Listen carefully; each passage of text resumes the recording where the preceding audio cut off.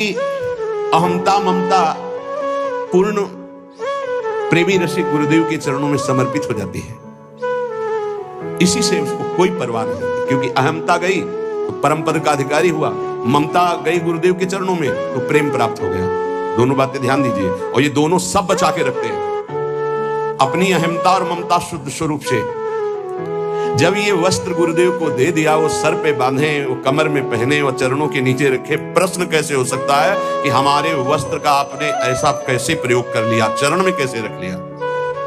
इसका मतलब आपने केवल देने का नाटक किया, अहम तो पूरा आपके पास है, क्योंकि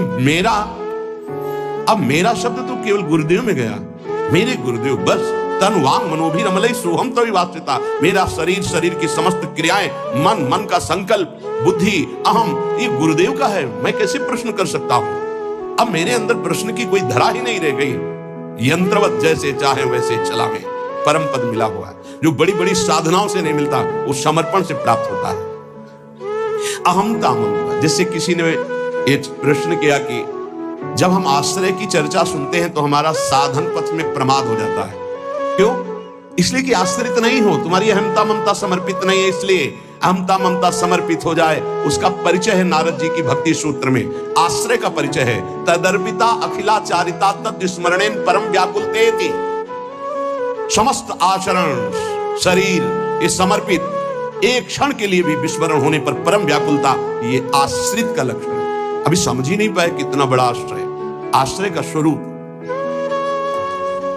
भक्त के सामने ध्यान दीजिए, बहुत महिमामयी बातें अनुभवी हृदय से निकली हुई हैं। भक्त के सामने विषय भोग का आकर्षण तभी आता है जब भगवद आश्रय नहीं होता, शरीर आश्रय होता है। अहमता ममता हमारे पास है, हमने समर्पित नहीं किया इष्ट और गुरुदेव को, तभी विषय आकर्षण आता है, तभी विषय आता है। विषय जिसके सामने आता है तो भगवदाकार वृत्ति नहीं आती है। भगवदाकार वृत्ति अहमता ममता समर्पित करने वाले की। अहमता ममता, कितनी जोर की ममता का समर्पण भक्तों के हृदय में होता है। भगवान ऐसी कलयुग में अगर परीक्षा ले तो कोई देने के लिए तैयार ही नहीं, लाखों में कोई नहीं तैयार हो पाएगा। बोले हमारा सिंह भूखा है, मोरध्वज जी की कथा। हाँ प्रभु, आपको समर्पित तन मन प्राण अभी आरा चला। क्या मतलब गजब की भक्ति, गजब का समर्पण। अहमता ममता समर्पित है। दीवाल में चुने जा रहे हैं गुरु गोविंद सिंह के दोनों लाडले, 9 किशोर अवस्था है। अब मान जाओ, धर्म का त्याग कर दो, हमारे धर्म को स्वीकार नहीं। पूरा उनको दीवाल में चुन दिया गया, ना पिता के हृदय में क्षोभ, ना पुत्रों के हृदय में क्षोभ। यह है अहमता ममता का समर्पण। जरा देखो हम भक्ति का कैसा समर्पण होना चाहिए, कैसा समर्पण किए, तो एक तरह से उपहास कर रहे हैं। अहमता ममता को हम बचाए हुए हैं और परिवर्तन चाहते हैं तो कनेक्शन ही नहीं है। अहमता ममता का कनेक्शन ही नहीं है तो तुम्हारा परिवर्तन कहां से हो जाएगा? प्रभु को अपने सामने देखने की सामर्थ्य उसी में होती है जो भगवदाकार वृत्ति होती है। जिसकी भगवदाकार वृत्ति किसकी होती? जो अहमता ममता समर्पित कर देता है। निरंतर भगवदाकार वृत्ति रहने के कारण वो जिधर देखता है भगवान दिखाई देते हैं। यहाँ निरंतर विषयाकार वृत्ति होने के कारण भगवान में भी विषय दिखाई देता है। भगवान ही तो सब बने। अगर हमारी अहमता ममता समर्पित हो जाए तो इन 6 अपराधों से बच जाए जो भक्तों के प्रति होते हैं। भक्त के 6 अपराध तुम्हारी भक्ति को ढक देंगे। पहला, किसी भी महात्मा के वास निरूपण पर जो हम निंदा करने लगते हैं। हमारी सामर्थ्य नहीं कि हम क्या जाने वो कैसे रह रहे हैं। महाप्रभु चैतन्य देव एक दिन कीर्तन में बहुत उल्लसित होकर उन महापुरुष का नाम ले रहे थे, बार बार नाम उच्चारण कर रहे थे। हमें नाम विस्मरण है। बहुत सुंदर पोशाक महंगी महंगी पहनते थे, पान पाए, इत्र लगाए, फुलेल केशों में सजाए। बहुत वर्ष हो गए पहले चैतन्य महाप्रभु के पावन चरित्र का पठन किया था, इसलिए स्मृति नहीं उनका नाम, उनके नाम का। पुंडरीक विद्या, हाँ यही नाम, पुंडरीक विद्या।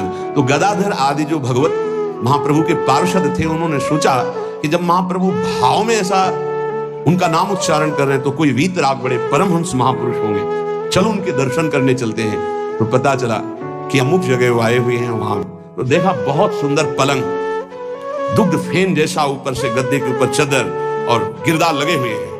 और केस जो फुलेल से ऐसे सुगंध आ रही, पान खाए। तो गदाधर जी के मन में आया कि इतना विलासितापूर्ण जीवन और ये भगवत भक्त हो सकते हैं। संशय हुआ।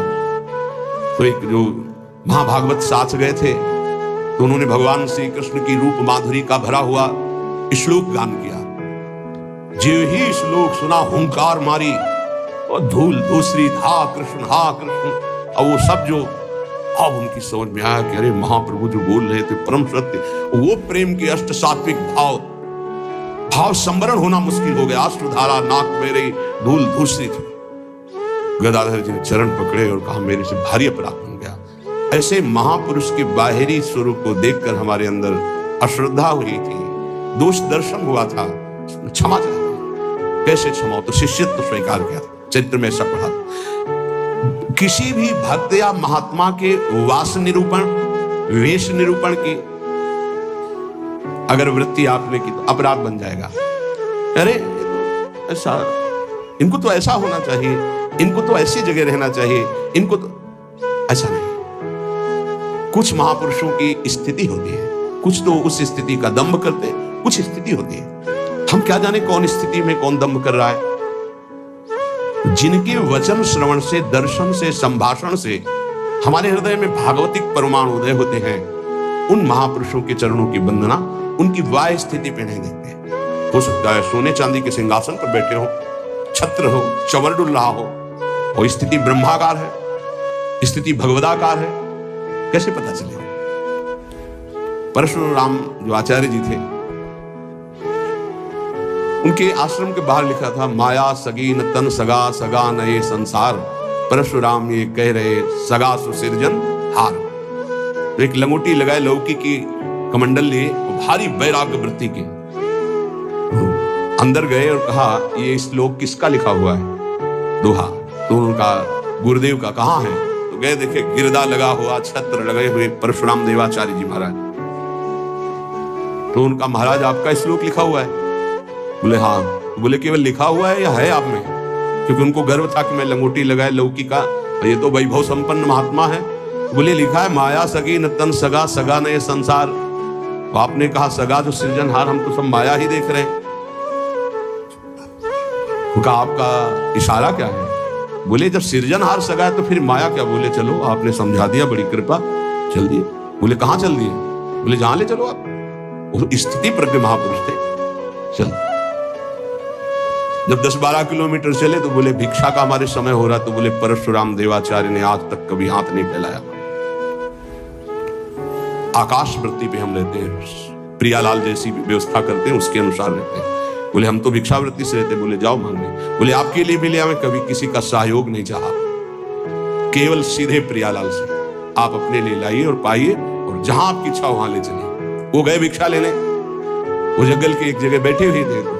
वहां से राजा की सवारी निकली, देखा परशुराम देवाचार्य उतरे, साष्टांग दंडवत। महाराज यहाँ प्रभु की इच्छा। बड़े सौभाग्य की हम तो भगवान की असीम कृपा मानते हैं कि आपके दर्शन। हमारी इच्छा है कि हम कुछ राजभोग तैयार करवाते हैं, जैसी हरि की इच्छा। देर न लगी, वहां रसोईया लग गए, कढ़ाइयां।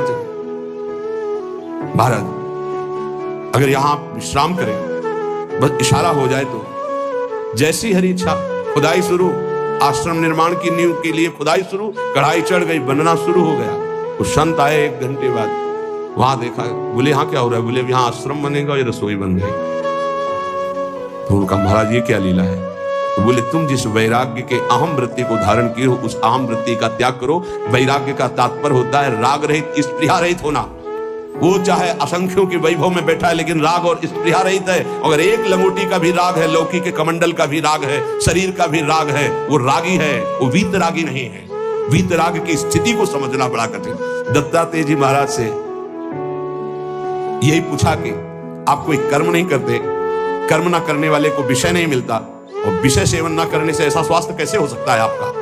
तो उनका मैं अखंड प्रसन्न रहता हूं, इसलिए ये भोगों से स्वस्थ नहीं हूं, मैं अखंड प्रसन्नता को प्राप्त। कभी राजमहलों की राजसैयाओं पे शयन करता हूं, तो कभी राख की ढेर पर शयन करता हूं, कभी बड़े बड़े राजाओं से सम्मानित होता हूं, तो कभी फुटपाथ में लेकर अपमान को भी प्राप्त करता हूं। मुझे न सम्मान ना अपमान किसी का प्रभाव नहीं।